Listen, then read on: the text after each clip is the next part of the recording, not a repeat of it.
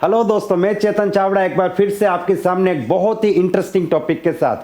Topic ये है कि सर मैं बहुत मेहनत करता हूँ, बहुत कोशिश करता हूँ, अपनी टीम को लीडर बनाना चाहता हूँ, डुप्लीकेट करना चाहता हूँ, बिल्कुल अपने जैसा बनाना चाहता हूँ, but I am getting one difficulty and what is that कि मेरी जो डाउनलाइन है, मेरी जो टीम है वो मेरी बात ही नहीं मानती। और मैं जानता हूँ कि ये समस्या बहुत लोगों को आ रही है।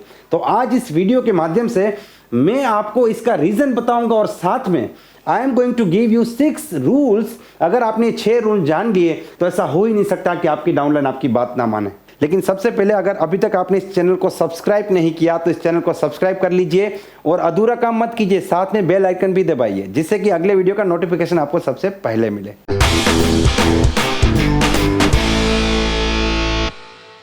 आपका सवाल है कि मेरी डाउनलाइन मेरी बात क्यों नहीं मानती। मेरा सवाल क्या है आपसे पता है? क्यों माने।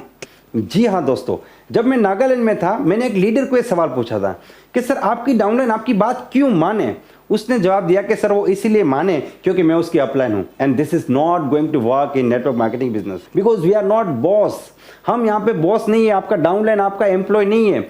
वहां पे जहां पे बॉस और एम्प्लॉय का रिलेशन होता है, एम्प्लॉय को बॉस की बात माननी पड़ती है क्योंकि उसे नौकरी करनी है। वो दिल से नहीं मानता लेकिन फिर भी माननी पड़ती है। लेकिन नेटवर्क मार्केटिंग बिजनेस में लोग विलिंगली काम करते हैं, लोग अपनी मर्जी से काम करते हैं।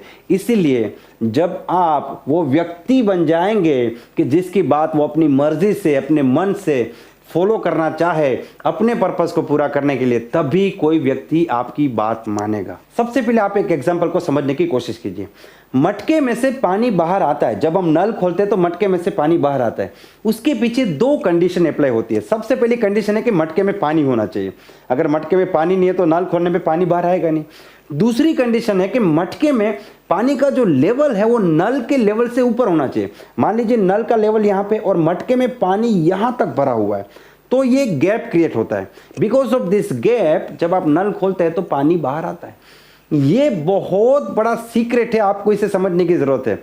आपके डाउनलाइन और आपके बीच में एक गैप होना चाहिए। अब किस चीज का गैप होना चाहिए? सबसे पहला नॉलेज का गैप होना चाहिए। आपका डाउनलाइन अगर आपके बिजनेस के बारे में इतना जानता है, आपको इतना ज्ञान होना चाहिए। नॉलेज का गैप, जब उस व्यक्ति को लगेगा कि इस व्यक्ति का नॉलेज मुझसे ज्यादा है, ये मुझसे ज्यादा जानता है, इसकी बात सुन के मुझे फायदा होगा, तब वो आपकी बात मानेगा, तब वो आपको फॉलो करेगा।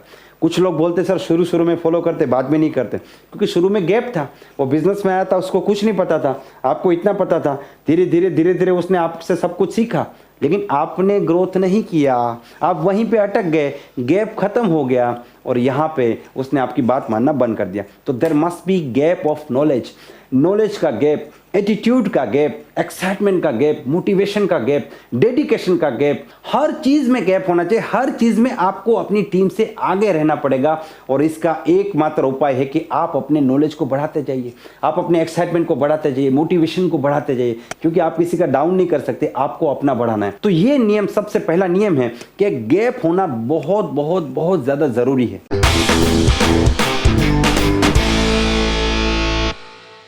रूल नंबर 2, आप अपनी डाउनलाइन के साथ कभी दोस्ती मत कीजिए। Never never never never make your downline your friend, क्योंकि जैसे ही दोस्ती बनेगी सेम लेवल पे आ जाएंगे। वो आपको ऑफलाइन की तरह ट्रीट नहीं करेगा, वो आपको दोस्त की तरह ट्रीट करेगा और वो आपसे सब कुछ सीखना बंद कर देगा, क्योंकि लेवल सेम हो गया।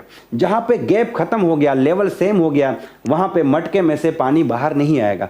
इसीलिए बहुत से लोग हैं अपनी डाउनलाइन के साथ दोस्ती कर लेते हैं, फिर बोलते सर ये मेरी बात नहीं सुनता, ये मुझे हर चीज मजाक में लेता है। गलती आपकी है, आपने गैप नहीं रखा, आपने दोस्ती बना ली और ये जो रिश्ता ऑफलाइन और डाउनलाइन का था ये दोस्तों में बदल गया। और दोस्त एक दूसरे से कुछ नहीं सीखते, एक दूसरे से सिर्फ हंसी मजाक करते हैं। तो ये दोस्ती कभी नहीं बनानी है। पूरी दुनिया पड़ी है आपके पास दोस्ती बनाने के लिए, आप दोस्ती वहां बनाइए, टीम में कभी दोस्ती मत बनाइए। कई लोगों का सवाल है कि सर अपलाइन और डाउनलाइन के बीच का रिश्ता कैसा होना चाहिए। ये रिश्ता दोस्ती का नहीं होना चाहिए, ये रिश्ता रिस्पेक्टेबल होना चाहिए। दोनों के बीच में एक गैप होना बहुत बहुत बहुत ज्यादा जरूरी है।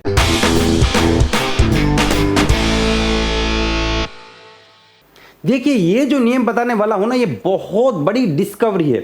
इसको ध्यान से सुनिए और पूरी तरीके से समझने की कोशिश कीजिए। आप जो भी काम करते हैं ना, वो हर एक कदम आपके डाउनलाइन के सपने को पूरा करने की प्रोसेस का एक हिस्सा होना चाहिए। मान लीजिए कि आप मेरी टीम है और आपका ड्रीम है कि कि आप एक बहुत ही खूबसूरत घर बनाना चाहते हैं, ये आपका सपना है, ठीक है। अब मैं आपके साथ बैठता हूं कि सर ये घर बिल्कुल बन सकता है, अगर हम चाहें तो 3 साल 4 साल में ये घर बना सकते हैं। लेकिन 4 साल में ये घर बनाने के लिए पहले हमको 4 बेसिक में मास्टर बनना है, हमें लोगों को जोड़ने में मास्टर बनना पड़ेगा, और ये सबसे पहला कदम है। अगर ये काम हमने कर लिया तो समझ लीजिए कि आधी गेम हम जीत गए, आपका आधा घर बन गया समझ लीजिए। और ये काम करने के लिए मैं आपके साथ काम करूंगा और मैं आपको प्रैक्टिकली सिखाऊंगा कि 4 बेसिक्स क्या होते हैं, कैसे लिस्ट बनाना है, कैसे प्रोस्पेक्टिंग करना है, कैसे प्लान दिखाना है, कैसे क्लोजिंग करना है। तो जब भी आप लिस्ट बनाने के लिए बैठेंगे तो मैं एक बार फिर से कहूंगा कि देखिए सर, आपके घर को बनाने के लिए हमें 200 लोगों का लिस्ट बनाना है और हमें अपना सपना पूरा करने के लिए इस 200 लोगों में से मात्र 20 लोग को ज्वाइन करना है।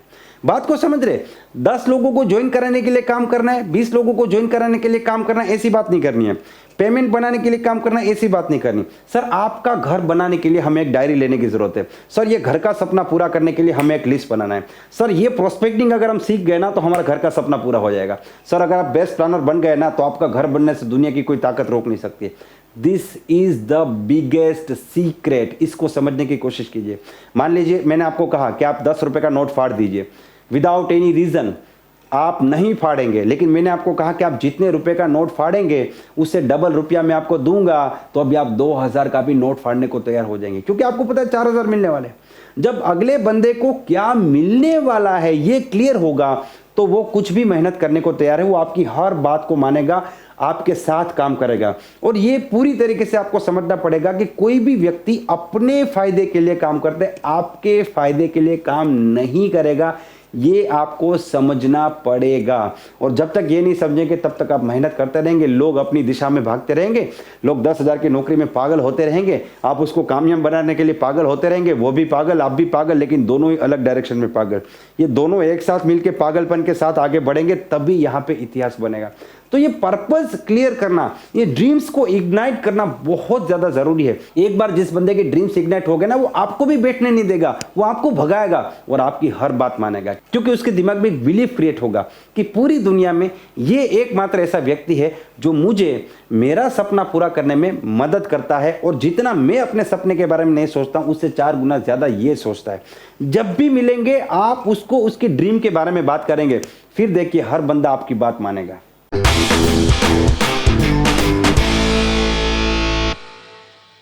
अब इस नियम को ध्यान से समझ लीजिए।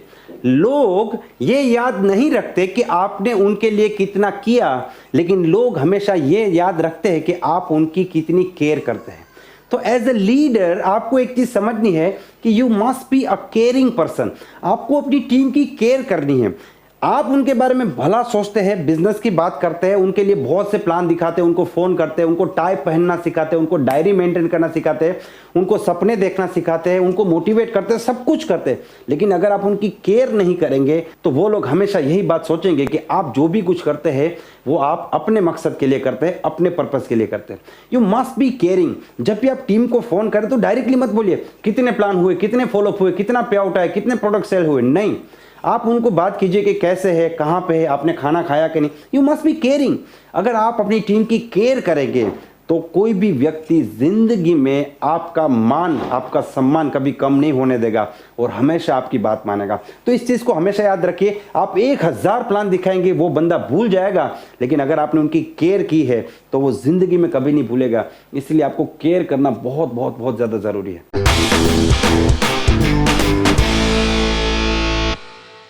You must have some another options।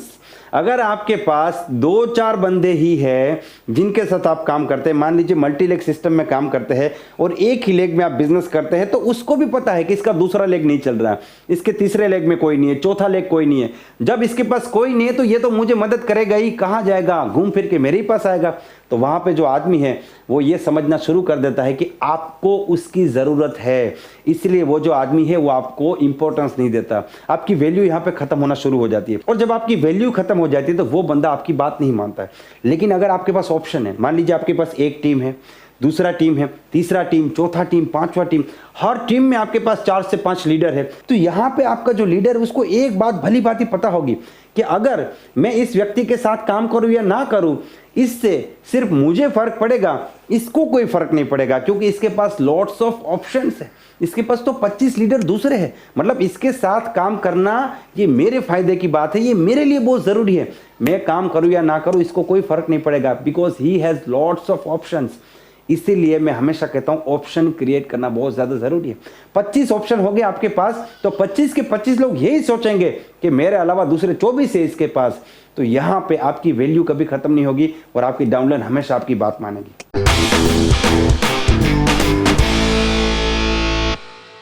Never never never show your weaknesses in front of your downline. देखिए, दुनिया में हर व्यक्ति की स्ट्रेंथ और वीकनेस होती है, मेरी भी स्ट्रेंथ्स और वीकनेसेस भी है। दुनिया में हर व्यक्ति की वीकनेसेस होती है, लेकिन आपको कभी भी अपनी वीकनेसेस जो है वो अपनी टीम के सामने नहीं बतानी है।